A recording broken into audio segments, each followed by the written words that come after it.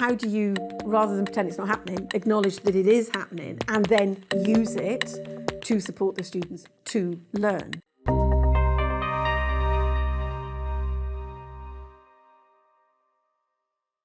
So welcome to our Higher Education Matters podcast, where we're developing our second episode today on artificial intelligence in education.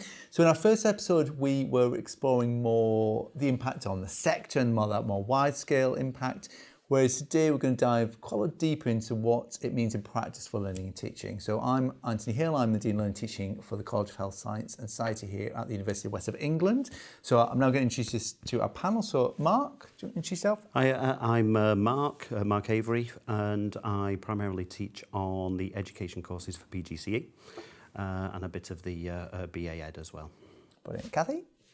Hi, I'm Cathy Minett-Smith. I'm the Dean of Learning and Teaching for the College of Business and Law. Brilliant, thanks. So I did have an initial question to ask, which I asked in the last episode, so that'd be really interesting. I know we chatted about it just before as well, is what do you think about straight away when you hear the phrase AI in education? What do you reckon, Mark? What do you think when you hear that phrase? One of the first things I think about is here we go again, because we've had quite a few technological revolutions in education. With the advent of the internet and the introduction of phones and online learning, we've had those. But built on that, I think it's with great power comes great responsibility. Because these are powerful systems and they could support and develop education in a direction we really want to go in, but we have the responsibility to ensure that it's educators that push that rather than other influences. Yeah. Well, that's brilliant, because I think there's quite a lot of those themes we can pick up later as well. Cathy, what do you reckon? I could just say ditto, because I do kind of agree with that. Every time there's been a technological advancement, that the threats tend to dominate the conversation at the beginning rather than the opportunities. I am by nature a very positive person, and so for me it's the opportunity. But again, picking up on what Mark said and responsibility, learning and teaching is never static. The context is constantly changing, our students are constantly changing, the careers we're preparing them for are constantly changing. So for me, the opportunity that sits underneath AI, it's opportunities for staff and students to think about what does it mean to learn. And that's where the responsibility kicks in. It's what do we say it means at UWE to learn, and therefore what opportunities does AI give us to take responsibility to shape that learning? Beautiful segue into one of the areas I wanted to start with you is in the thinking practice, thinking about this as education. What is the role of a lecturer in AI enhanced classroom? It's, what does that look like? And it was interesting, in prepping for it, are we facilitators, are we mentors, are we content curators? And it's not just coming back to what you said. There's not like a static answer to this. I appreciate that. Something that's constantly evolved. But it's a lot of questions people ask. What are your two thoughts on that? I think I would start by saying, is it really changing? First of all, and I'm thinking, why is AI perceived as it will change what people do in the classroom? It may change how they do it, but does it really change what they're doing? And content curators, that's really interesting for me if you come at it from that angle. Because when you talk to students, the things they remember most are Pinch and Paul Redford's words, the memorable moments, the power of the moment. And to what extent, if you've got a collaborative aid by the side of you to help generate content, whatever that means, to what extent does that free you up as the facilitator of learning to create the memorable moments, which are the things which really stick with the students? So I don't see it as changing what we do. I see it more as an aid to help us do what we do maybe better and to free us up to focus on the things which are genuinely me bringing myself into this learning experience to help students to learn. I agree. I don't think you can turn around and say that the role of a lecturer is going to change because it's already included a facilitator, a mentor and a content curator or creator. So as long as a decision lies with the lecturer about what role they're going to perform and that autonomy is still there, then I don't think we can turn around and say, you are now going to be this, that and the other. That decision it lies with the person who's a subject specialist. Whether or not they're going to fulfill a mentor role or a facilitator role or make stuff using AI, It's their decision. Does that mean that, again, come back to a comment you made, but it sort of picks on both what you're saying, does it mean that actually those memorable moments can only be made by a person? You know, because it's a really good phrase, and I agree entirely, but actually you always remember how something makes you feel, not necessarily what was said. But I'm just really interested in that sort of thread about, and it's not right and wrong, I'm just curious about that sort of thread. But it's a really good question. And I think, you need to go back to, well, what do you think it means to learn, and how does learning happen? I firmly believe that what makes learning successful quite often is the fact that it is a social thing. Okay. It does require interaction between people, to hear different perspectives, to pull apart different perspectives, to challenge in the moment. I'm not sure AI at the moment can recreate that. It'll be interesting to see what happens with time. And so that's why I don't think it will ever replace the lecturer, because at the moment AI cannot replace that human dynamic of curiosity and in the moment instantaneous response to something. Oh, that's interesting. Do you have any thoughts? You don't have to, but do you have any thoughts on that? I think those memorable moments come from a shared experience. So in my lectures, if a certain occurrence, so say like a student has one of those moments where they realise something and then share it with the rest, and we all go, that's a really good take, I hadn't considered that. That's a memorable moment, that's a learning moment, that's a change state in understanding. And I agree, I don't think you can get that through AI, because I think the relationship between a user and the system is different. It's not on a human level. Though you can have dialogic conversations with AI, but I don't think, when it comes to memorable moments, do you remember when that happened in the course? That's about human connection. So something I'm going to come back to about that, but that's really helpful actually in the memorable moments bit, something about that human connection. But it actually does segue quite nicely actually into, what about that sort of personalised learning? Because there's an element of this, which is less about memorable moments, which is a really key point, more about sort of that ability to help with different learning styles and that sort of more personalised approach, and again, it's not right or wrong. I'm just curious, and it's again, something's bandied around a lot, that it has, that AI will be a magical fix to, personalised learning, and there are some opportunities, there are some challenges. But what do you think about that? Is there an untapped potential there for AI in personalised learning? I think there's space for a student to personalise it for themselves. Okay, yeah. And I think quite often students aren't included in the conversations about AI in education. And I think that comes possibly from a sense of fear that we've had over the year about how that's going to affect our roles, how that's going to affect me. And I do think students need to be asked, how, and it's part of, how can I put this? It's part of our responsibility to provide AI literacy for our students so that they can use those tools to personalise it for them. I'm not saying we don't have a role in using these tools in order to ascertain whether or not a student has certain needs here and there, but I think the responsibility could be pushed back onto students to say that it is your learning. So I think there's a role there, but also we have to consider that we've been talking about personalised learning for a few decades now, and whenever there is a technological change or an advancement, there is discussion about how this is going to personalise learning. So we have the same with MOOCs or online learning. We have the same with the introduction of the internet into schools, and whether or not you should use phones in lessons, because that would allow students to personalise their learning. So I think what we're doing is going back to an original intent that didn't become reality. And we're seeing this as another possible way to advance that. But I don't think that is going to happen for at least, I would say, about 5 to 10 years. And I'm not entirely sure whether or not personalised learning really exists, because what would be given to the student as personal to them would be based upon models of what's worked on similar students before. So to say it's personalised for them, I don't think is actually true. It's taking content and reusing it and giving it to the student maybe in a different modality or a different form, but I'm not entirely sure that it's truly personal. I think only the student can make it personal to them by processing that information and the learning materials that are given to them. Yeah, no, that makes a lot of sense. What do you reckon, Cathy? I kind of agree with all of that. This is making my life really easy. Oh, I've got a challenge for both of you shortly, don't worry. I think that the one thing I would add is that I was with some students this morning and talking to them about how they use AI like in a classroom. And it's really interesting how sometimes what they talk about is almost like having that aid by the side of them. So if something is being said and they don't quite understand it, they'll just quickly go into AI and ask for an explanation of something. And that's a really good example of how they're personalising what's going on and not maybe having to share that, put their hand up and go, actually, could you repeat that? I don't understand it. So they've got something to back them up and help them there.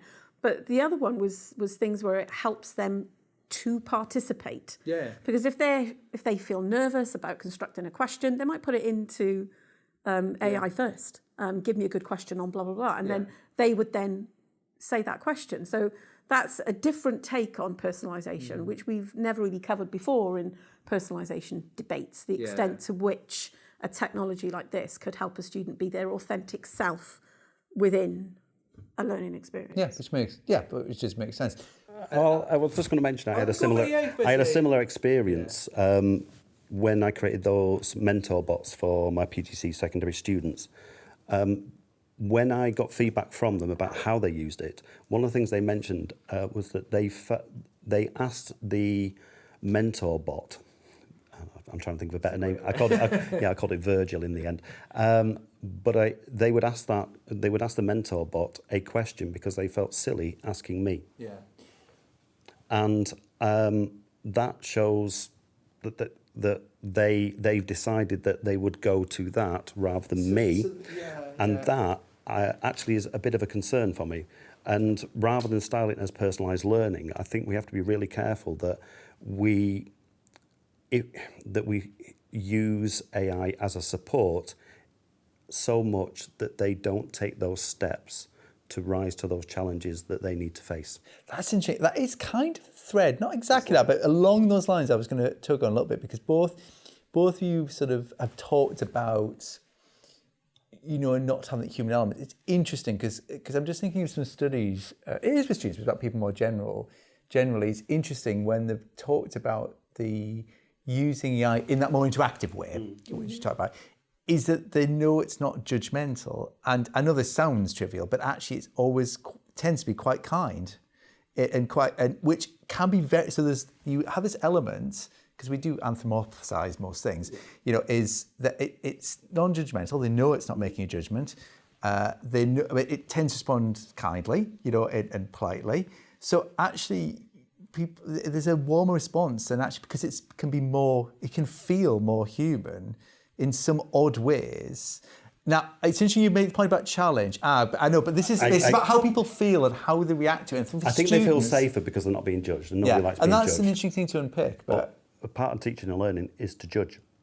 And I know it feels uncomfortable, but it is part of our role to judge the quality of something and the quality of either written material or spoken material, or the quality of the understanding that's being evidenced in front of us. And no one likes that. But it is part of the process of being a student through your university years. And it's a bit like reading a Roald Dahl novel. You're led into places of danger safely. That's what we do. So we give them assignments that are challenging. We put them in presentations. We stick them on podcasts. Because they are challenging and they've got to rise to that. There is a concern, and I don't want to be fearful about AI because I'm quite positive in many, many areas, that the amount of support or reliance, I suppose, on AI that students have, they might not rise to that occasion as quickly. But then that's back to what Mark said right at the very beginning about using AI responsibly. Students are doing these things. And so if they are, how are we therefore being responsible in educating students around AI and how it could be used in the classroom and helping them get into those spaces of, okay, what AI is giving you possibly isn't challenging you far enough, or possibly. So how do you, rather than pretend it's not happening, acknowledge that it is happening and then use it to support the students to learn?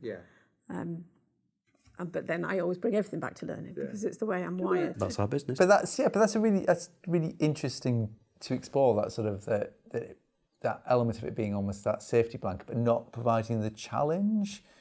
And not that it can't ask the questions, but just the feel of it and the approach to it. And it's an interesting thing about judgment, isn't it? That that's such a, it's not meant to, but it has such negative connotations. But it's kind of essential. It's about how you. It's one of the things that PGC students feel quite uncomfortable with when they first start teaching. Yeah. You know, they're asked to make a judgment on somebody who's pure and innocent. It's difficult for them. And when we it's ask a hurdle. students to participate in classes, for some students that's massive. Yeah. That is a massive hurdle to voice a question out loud. And if AI helps them do that, then surely that's a good thing. You know, I love that. But it's about, as Mark is saying, not leaving that as an unhidden prop without, which as a result then the students are not getting into those territories of learning that we really want them to be in.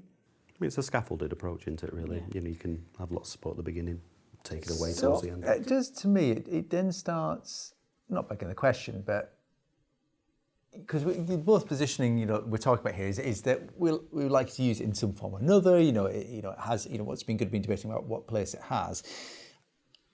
And maybe the answer is we shouldn't need to. But I mean, is there a way of measuring the effectiveness of AI in teaching and learning? Because it's a big, and maybe the answer is no. And actually, it's a 2-second conversation. But if it's, and maybe it is, you think, oh, it's not having a major impact. But actually, it's such a big topic that sort of flies around. Do we need to? Does it matter? Will it? Is it something we need to measure, or is it something we organically grow? Because the reason I'm saying this is expanding that a little bit is we do in learning and teaching have a tendency not to evaluate things that well or evaluate at all, and it's great we're having a conversation about it. But do we need to think about evaluating its use and actually so we can articulate better about actually it does work in this space, it doesn't work in this space. What type of metric? How might we do that? I appreciate that's a big question. I think it's important to see what the role of role of AI in education would be, or I should say generative AI, because it's a wide field. Yeah. But in the end, if you're going to measure it, what are you measuring? And especially if a student co-creates, it's very difficult to see where the machine, where the student worked and where the machine took over, or the other way around. But I think what we need to focus on is really the intent and how much AI might have supported that student to get them to the outcome that we wanted. And so for me, from that list of what we measure, such as engagement, retention, performance, well-being, right, for me it's about engagement, because the other things are built upon that. If a student's engaged, then they will retain that understanding, hopefully, and their performance will be increased because of their engagement, and their well-being will be better, I would hope, because they feel prepared and they feel informed. So for me, it's engagement. Well, I was sitting here thinking, well, what do you mean by effective? So it's, what are you measuring, which is what Mark was saying. Yeah. And why single out AI? Because there are many skills that our teachers, tutors, whatever we want to call them, they have many skills at their disposal that they use. So why would we single out AI to measure? Why are we measuring then all of them? Because there are other things. But a good point, which you're kind of like alluding to, I think there, Antony, is are there key things which an AI would enable engagement to happen? I think that's a better question. If it's kind of like saying, okay, we want our students to be engaged in the classroom, and to what kind of activities does AI make that easier? Or support that happening? Students working in groups where AI is a member of the group, for example, means that students can get access to information very, very quickly in that group scenario. But for that to be effective, you need to then address all the other things around AI, which is the discernment and all of that kind of stuff. Otherwise, students might not be going down the learning path you intended them to go down. I'm going to challenge back to you, Antony. What do you mean by effective? No, but that's why it's a good conversation. I think the effectiveness of something can be measured by the perception of the student who's using it. So whether or not they see it as useful. So if they use it, they found it useful because there's a need there. and then ask them whether or not they believe what they're receiving from the AI is credible, which is discernment. And so I think we might need to start looking more at reflection on the use of our tools. In the same way that if I was teaching digital learning on the BEd, I would ask them to reflect upon how much, Excel is supportive, or PowerPoint, or whatever. How much is this tool useful when compared to another? So put it back on the student to ask.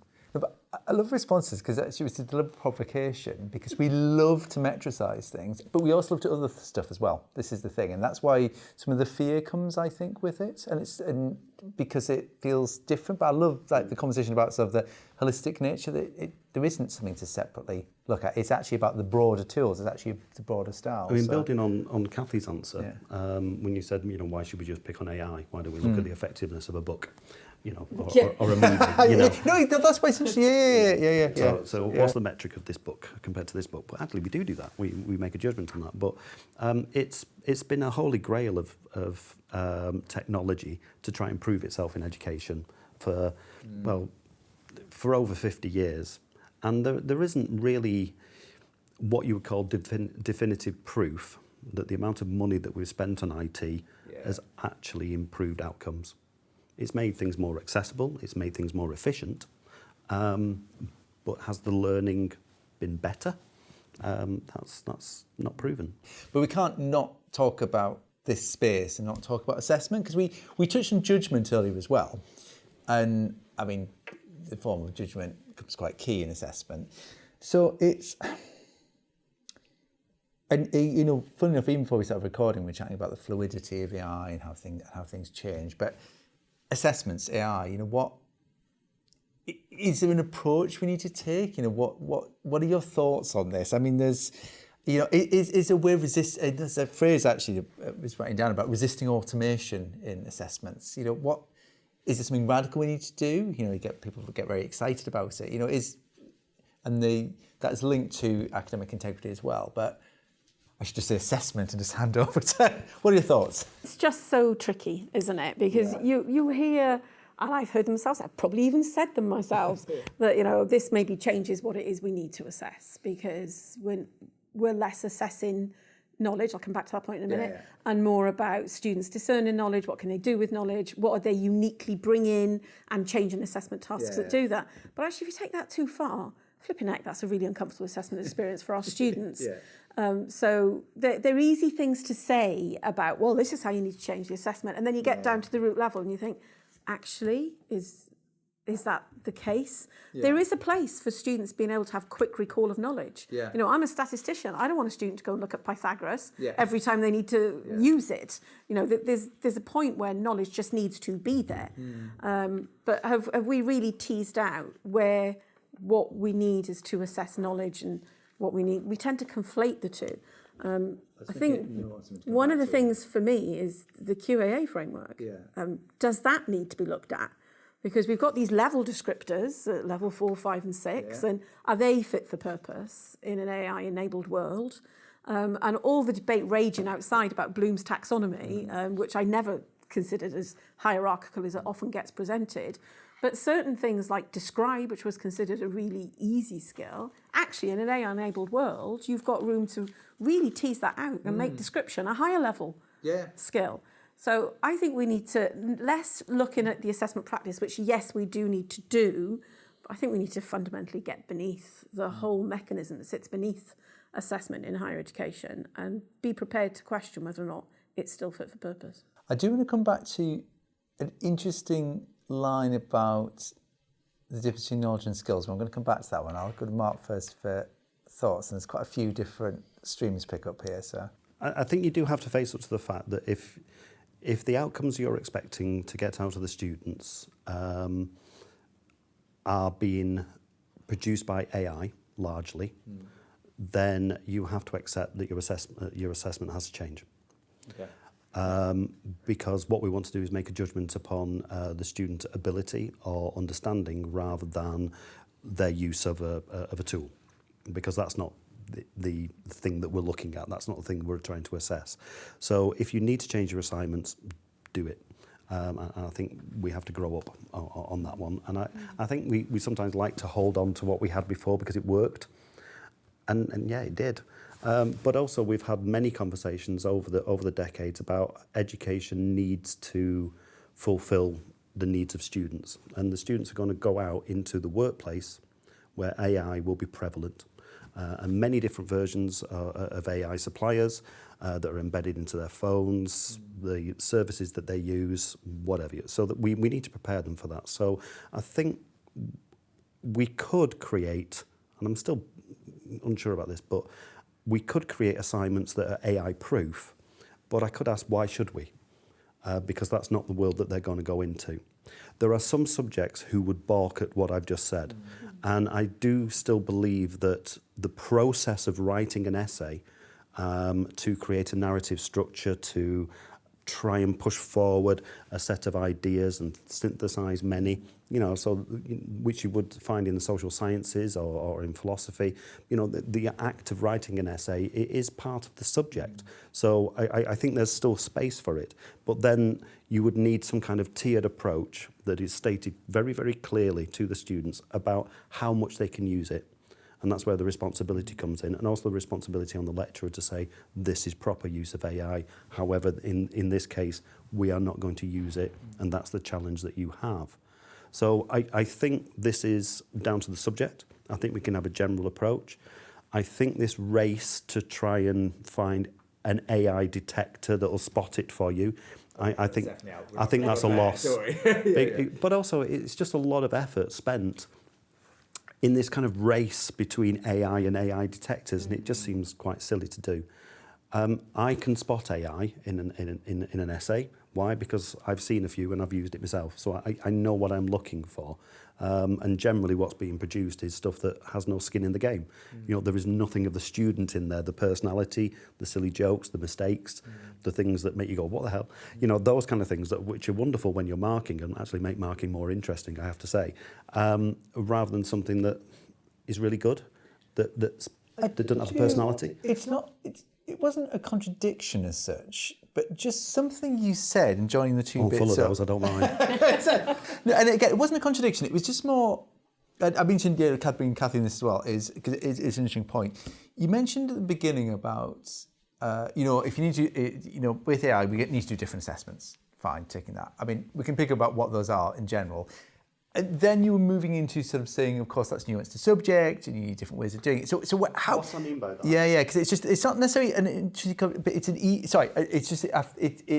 I think it's part and parcel of AI literacy. Okay, right. Okay. So that if we present to students that in this module, the assessment that you're going to have, you can use AI alongside. We're happy with that as long as you state your source or you give us the material that's been produced as in an appendices. So we can look at how much has been produced by the machine, how much has been produced by the student, and where that fuzzy area in the middle where we see the synthesis occur. Or you can have another tier. Mark Shan's working on this one. He's got a 3-tier system. One where the AI can be used to produce materials or produce summaries and things like that, but the written material or the production is done by the student. And then another tier which is no AI, because this is human-centred. And I think it's down to the subject to decide which one of those. I've got something I want to come back to with that, but Cathy, I'll bring you in at that. I'm going to take back to your very first question, which is what's the role of us in the classroom? Similarly, now what's the role of us in assessment? So if you pick up Mark's comment about it's really important in certain disciplines that students learn how to write an essay and how to construct that thought and present that thought.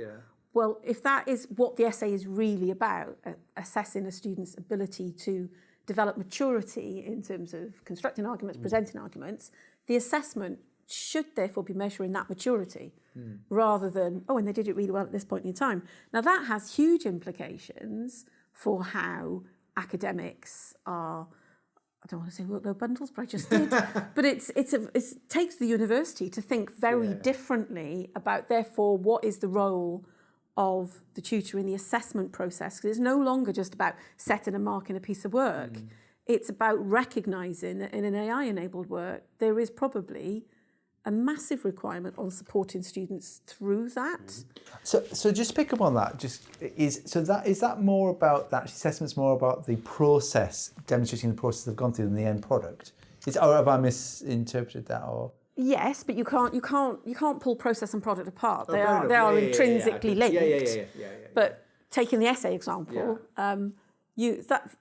to really assess that process requires interim submissions, not formative, but interim submissions, which are marked. That has a big impact on where the assessment load is on both staff and students. And they're the kind of thorny problems which I don't think we're honest about when we fall into a space of, well, how do we stop plagiarism in an AI-enabled world? Because if we think it's about assessing process and students being able to bring themselves to their tasks, then that has its origins right from day one, actually, of when they start on a module. And those issues have always occurred. Plagiarism has always occurred. We've got essay mill websites you can pop to. You know, so these things have always existed. And usually when students decide that they're going to cheat, it's because they feel they need to in order to pass something, because they haven't prepared enough, they've left it too late, or that they feel that they don't feel confident enough in writing what they need to write.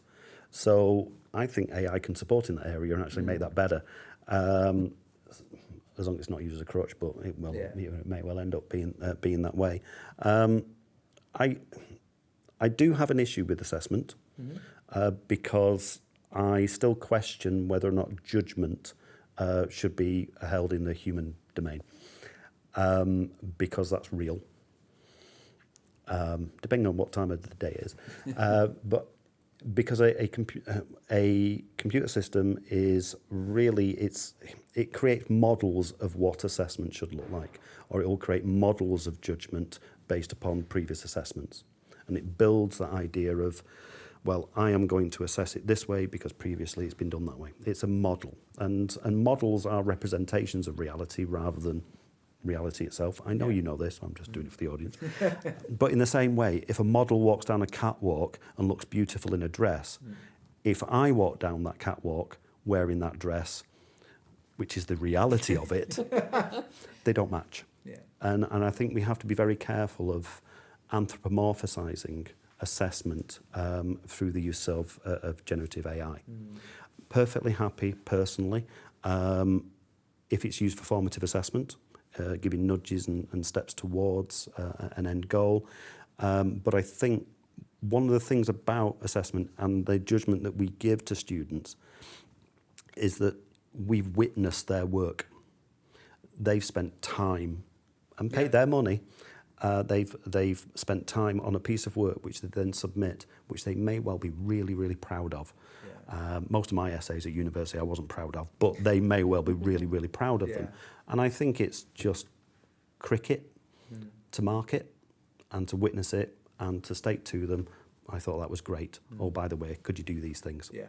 And that's about, it's not just assessment itself and making that judgment, but it's also building up that relationship where you're taking a student through a subject and that mentorship. So if we move it over to generative AI to assess dissertations, and you can find research online where this is happening in many places. People are testing this out, and I have a fundamental issue with that. I always think, just about Cathy in a sec, it's an interesting thing about getting a loop where you have AI writing the assessment and AI assessing the assessment. It's quite a fascinating element. Is there anything else you want to add? There's something I wanted to come back to you on, actually, but is there anything about what Mark's been saying you wanted to add to? It's just reinforcing what he was saying, really, about AI assessing the assessment. For me, that totally undermines what we're here for. You know, as I said at the beginning, to me, learning is all about those relationships that form, so that you feel that you trust this person, and therefore, because taking criticism is not easy. It's really hard, and there needs to be that element of trust. That's where I think AI can potentially help if we're focusing on that. Well, how did you get to this product? But surely that's the bare minimum that we can do as educators, is give the students the time to, I like that phrase, witness what you've done, and give you a human judgment on it, because you put in a lot of effort to do it, presumably. I do want to come back to touch briefly on curriculum bits also related to assessment about potential homogenisation, but I just didn't want to lose track of something that you touched on earlier, and I was reflecting on it myself, actually, and that sort of not balance, and the fact that I'm even using the words is between knowledge and skill, because I also have a tendency of talking about, it's really focused on skills are the thing. But then there's an interesting element here about how you need knowledge to use skills. I feel like I'm falling into a trap there in some ways where I'm focused a little more on assessment. It's a bit more about teaching, focus on very much skills, but you surely need some knowledge. Absolutely. And I agree with you. I don't agree with this dichotomy between knowledge and skills, because they are connected. But higher order skills require, I think, to be confident in the knowledge. That's the and it's really important that we don't just say, knowledge is cheap, knowledge is easy to get, knowledge is everywhere. We still, to really thrive in a discipline, and it does vary across the subjects and across the disciplines. But there are core root elements of knowledge which you just need to know in certain disciplines. Thanks. I just didn't want to lose track of that. It was quite an interesting point which I didn't pull early. Just a couple more topics I wanted to have a bit of a chat through. I wasn't really going to spend ages talking about curriculum development, but it's sort of linked to that. It's a little bit about assessment. Just your thoughts on, it is a risk, but it's about approaches, and especially it's about how you train models, because you actually both touched on this to an extent, about the risk about everything becoming quite homogenised and everything becoming quite standard, because you were talking a little bit earlier about the human element of bringing the individuality into things. But do you feel there's a risk of overusing AI? Curriculum development's one area, but we talked about assessment. You were touching on before about how you can use AI to assess. But that risk of homogenisation, everything becomes quite the same because it's all trained and it's all sort of smooths out the edges and it all. I mean, it's always a slight problem whenever everyone's trying to take the same approach. But do we think that's a risk? Do you think that could be a challenge? A curriculum is an interesting one for that. If you use AI to generate, does everything become homogenised at that point? It's a risk. All tools are risky. If I give a 14-year-old a hammer, they could choose to use it responsibly or not. I'm talking about in DT lessons, not generally. Sorry. I think there's always a risk of that, and I think there is a higher risk of that in the marketplace. Rather in the university space, I think. And I think that comes really down to some of the principles, how can I say this? Some of the theories of learning which are easier to standardise or enable standardisation. So a behaviourist approach or a cognitivist approach. You can turn those into asynchronous courses which can be AI powered. And I think that's where the risk of homogenisation occurs. And also I think we can accidentally do it ourselves. So if we get a call, for example, from an organisation that says, we need some CPD in AI in education, could you do that for us? Yes, of course we can. Now, what's the first thing I'm going to do? I'm going to see what the rest of the market is doing. Who possibly have also used AI to produce their materials. So I think there is a risk of that. And I think we need to consider what our unique selling point is and introduce that into our courses to differentiate us from each other, from different suppliers. And I don't really see that as a problem of AI. I see that as a problem of management and integrity of the resources that we produce. I could go onto ChatGPT and say, make me a course for this, can you make the resources? I can do that, And I could do that, but it would lack integrity. I would feel it would lack integrity. It'd get the job done, but I don't think I could sell that to students. And also, I think the flavour of an organisation should come through the course. So, we have a history of social justice within this university. And, those elements do show themselves in our course material. So I think that's one area we could look at this. I don't know if I think I've gone off on a tangent here. No, that makes sense. No, it does. But that might differentiate me from another establishment who I wouldn't like to name, who might be more traditional in its approach. So students will see that when they're choosing which course they're going to go on. And the ones that look the same, those students, because they will have grown up with AI through their childhood, and coming up to making a decision on which university they're going to go to, they will look at those courses, and the ones that look the same will be the ones that they don't want to go to. And some course providers might want to consider that. But that just makes sense. Do you have any thoughts on that, Cathy? Because it's just, I know it's a big topic, but again, it's just quite an interesting one about, does everything become the same if we're not careful? Well, it's back to, you and I could put the same questions into an AI tool. We would get the same curriculum designed, if we're going to stay with curriculum, to keep the conversation going. But then what you and I then do with that to produce the final curriculum would probably result in very different products at the end of the day. Courses, if it's, students choosing courses, some courses are genuinely distinctive and bespoke based on what's in them. Really flagship courses which are completely unique and no other university would do something similar. Lots of other courses, though, particularly undergraduate level, are very similar across many universities. You don't differentiate on what's in the course. You differentiate on a student coming around and thinking, oh, that's different, but it's not different in what it is, it's different in how it is. So it's how do students experience that, which is back to the integrity that Mark was talking about. I would add in the integrity for the time to do that, to really focus on the how something is delivered rather than what is delivered, because that is where your distinctiveness sits, and that's where your authenticity sits as an institution that would attract students to come to us to study programmes which are available in multiple other universities around the country. Well, it's really fascinating because I think it's kind of one of those fundamental points that we don't keep an eye on. It tends to have a drift, and in the back of lots of people's minds is that concern about. I mean, the one thing I guess, I don't want to spend too long on it, but we know there's large concerns about the creatives especially, and that homogenisation of actually, when it's so easy to generate, and actually, do you know what? That's going to segue quite nicely. Can I just say one more point? Go for it. The other thing that makes the courses unique to UWE are the staff who are unique to UWE. No, I like that. So our staff have got experiences which are unique to them. We have got researchers who have got research which they can talk about, which is fairly unique to them.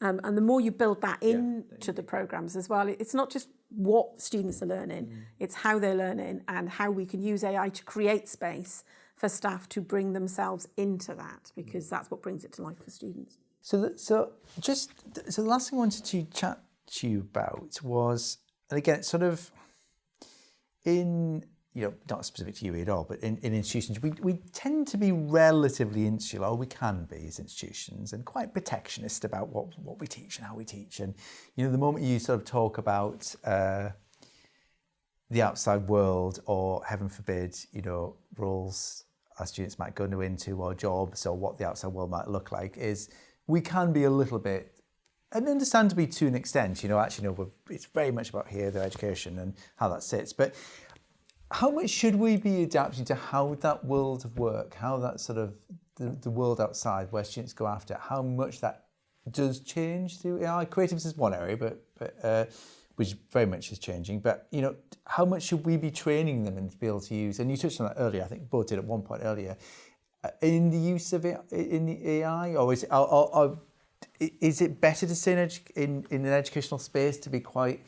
The internet's not always terrible, bear in mind, but there is always this mass resistance in higher education to thinking about, heaven forbid we're not training people for jobs. It's not about you training for a job, but how much should we be reflecting on this? How much should we be considering how the world is changing, and how that affects the subjects we're teaching? So that sounds like a leading question, but it's a genuine one. It's kind of, how much should we be adapting to that? How much shouldn't we be? There's not right and wrong to this. So, I think we have to, because these students that come to our university, more often than not, have come from A-level into our undergraduate courses. They will have used AI in their sixth forms or their schools.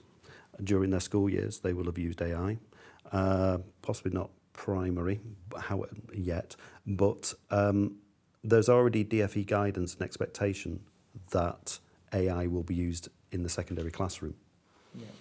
So if that is coming through, then those students will be proficient. They will still need some guidance on proper use in this context. So it's still beholden on us to develop that AI literacy, so that when they go out into employment, they're prepared as much as anyone else, or better.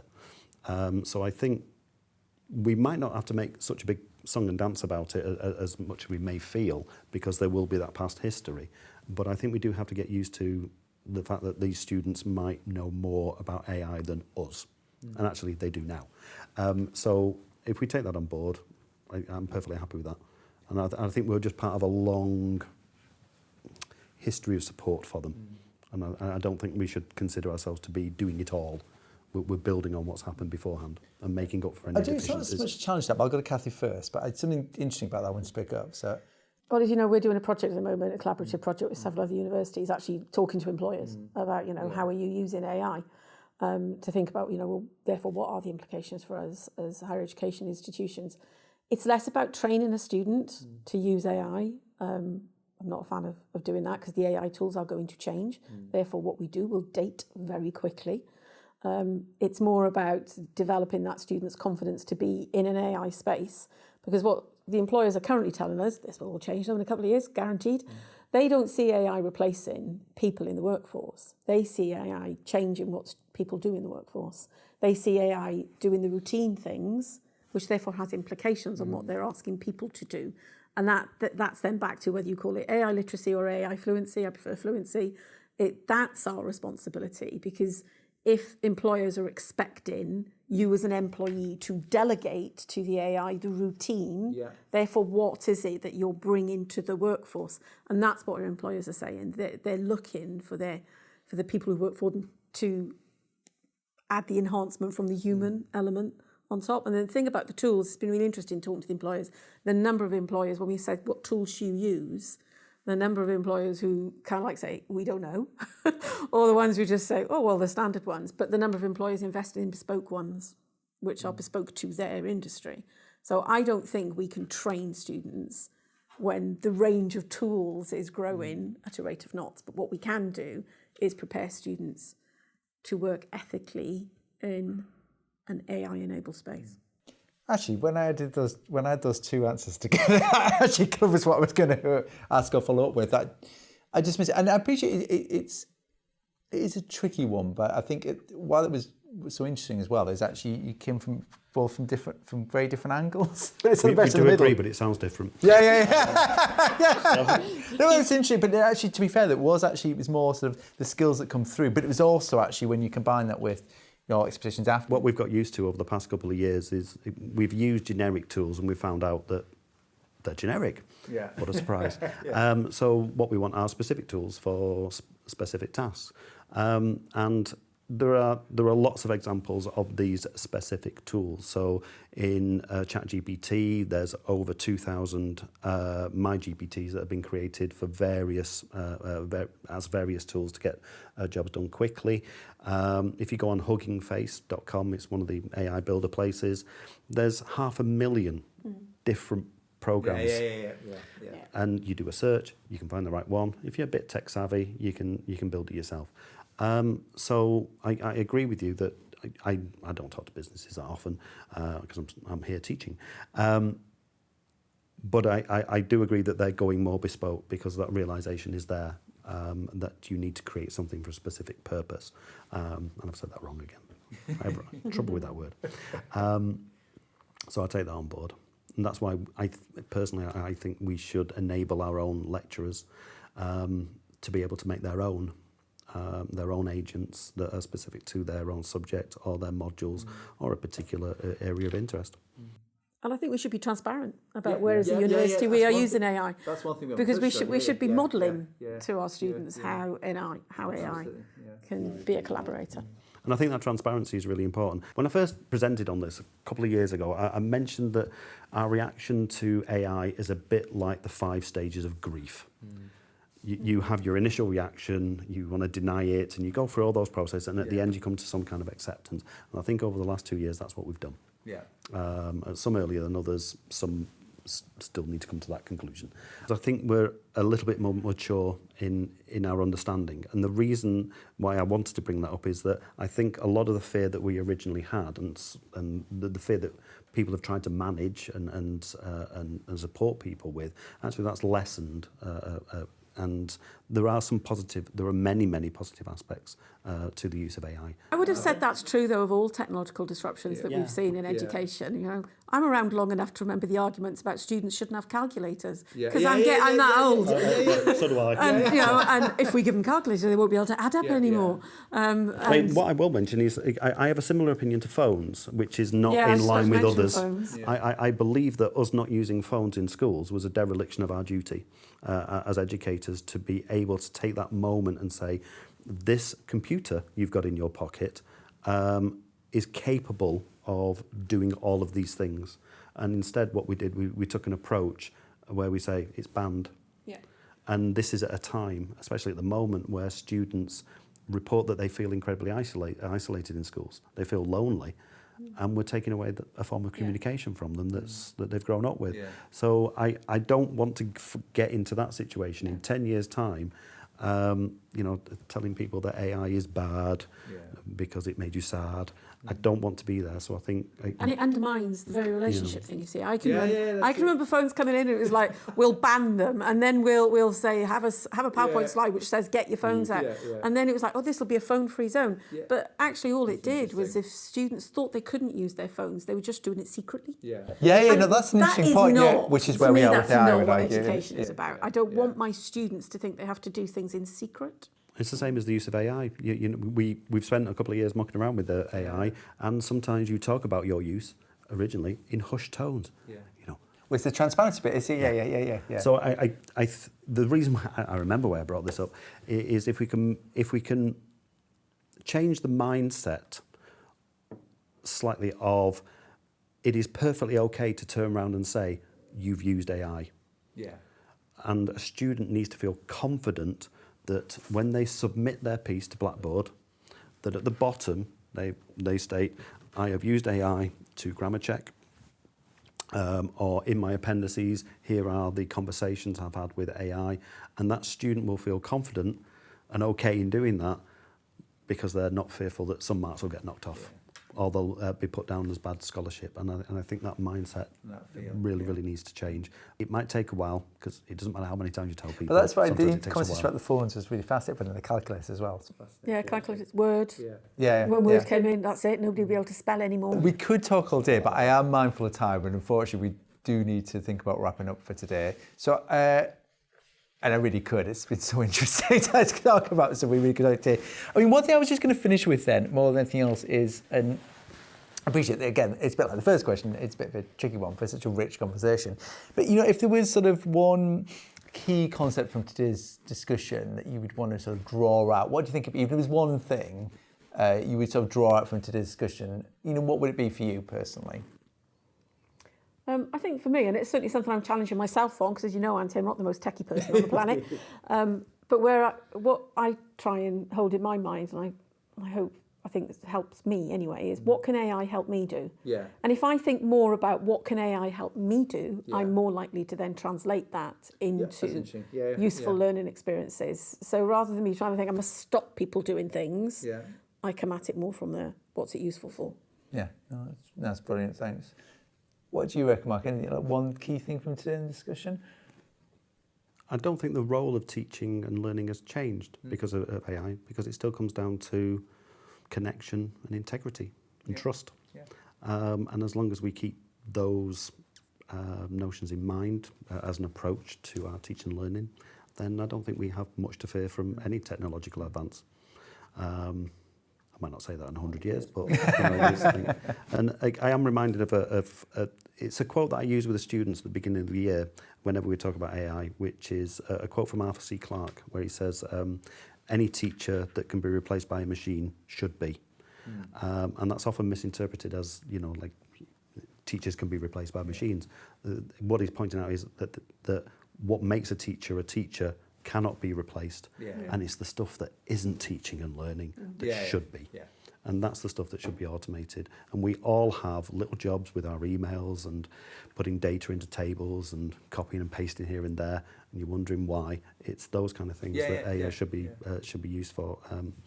And so we can focus on those personal connections, love of subject, engaging, you know, doing our jobs. And if it can help us, great. Brilliant. Thanks both. That's an absolutely fascinating conversation. Totally enjoyed that. So we'll close it there. Thank you so much. That's brilliant. Thank you so much. It's been a really fascinating conversation, both. I've absolutely thoroughly enjoyed it. So thank you for joining us. That was our latest episode of our Higher Education Matters podcast, and see you next time.